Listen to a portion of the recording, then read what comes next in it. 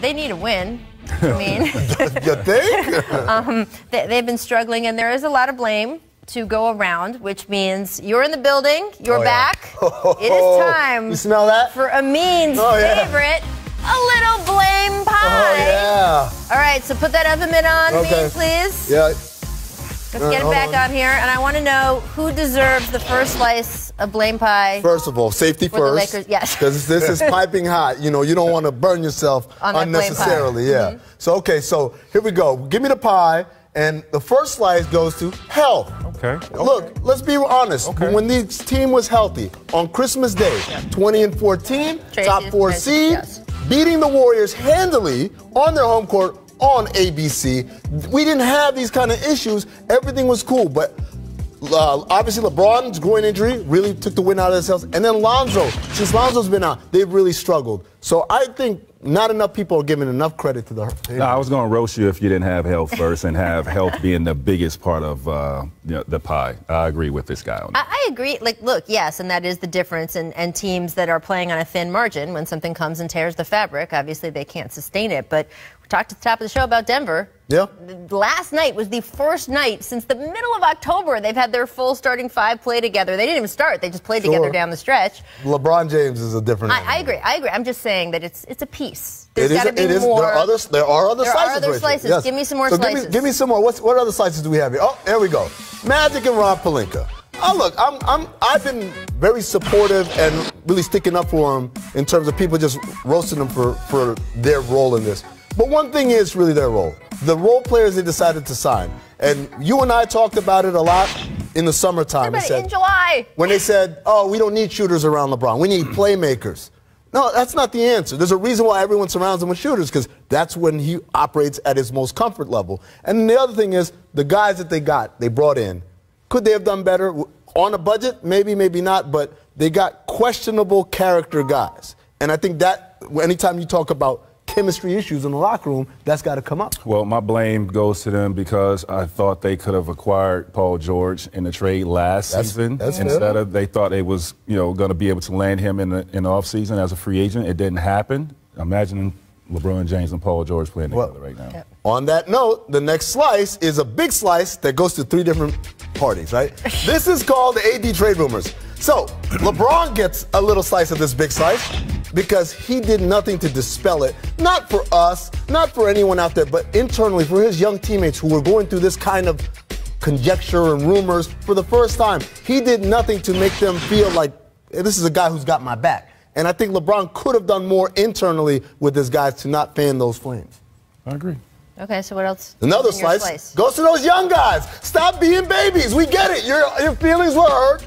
You had time to, sulk and mope about it. But ultimately, and Tracy, back me up on this. I can't. You don't play because you're playing for LeBron or for Magic or Jeannie Buss. You play because you are making your reputation every day. No.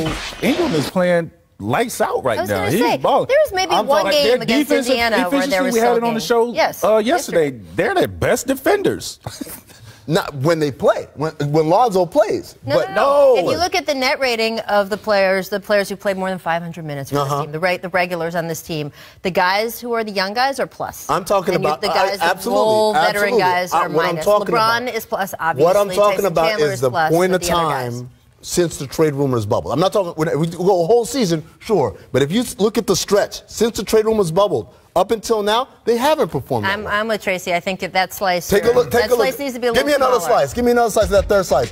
Lakers organization, we're not managing all that properly. And what I mean by that is, we saw Kristaps Porzingis get traded. We heard he was available for 3 hours and then he got traded. Yep. We saw Tobias Harris get traded. We didn't hear that he was available.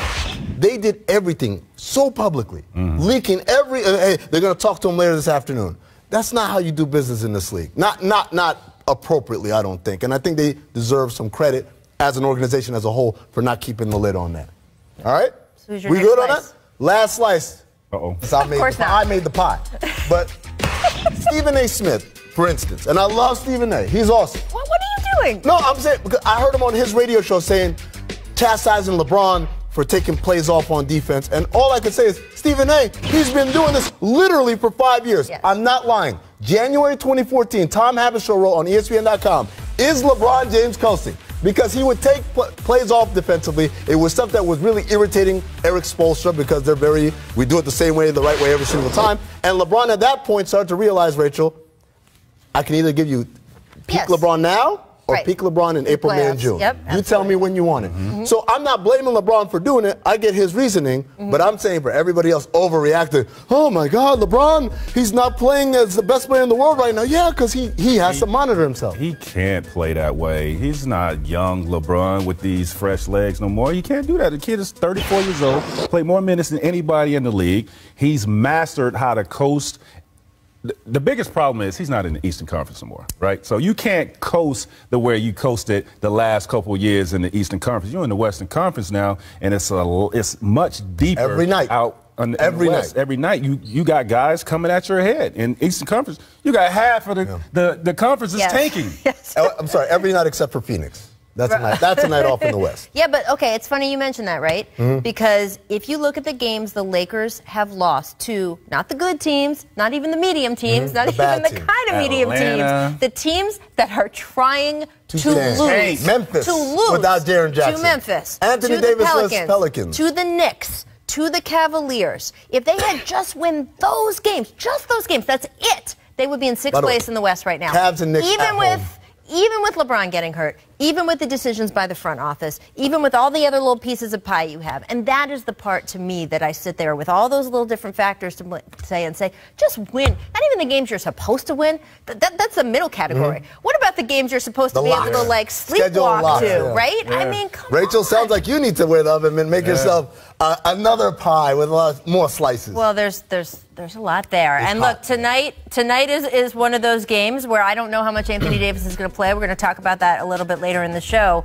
But they got to win. They just absolutely have to win this game to stay in the playoff. I wore the mitt backwards, by the way. I just realized that now. It's textured. I should have had it on my right hand. You're not a chef. No, not at all. So many things. Here's what the Jump recommends for today. Brian Windhorst writing about the Indiana Pacers. They lost Victor Oladipo, but still hanging tough in third place in the East. They're 8-2 in the month of February. Now, Brian does talk in that article about a tough March schedule, but woo, they've been great.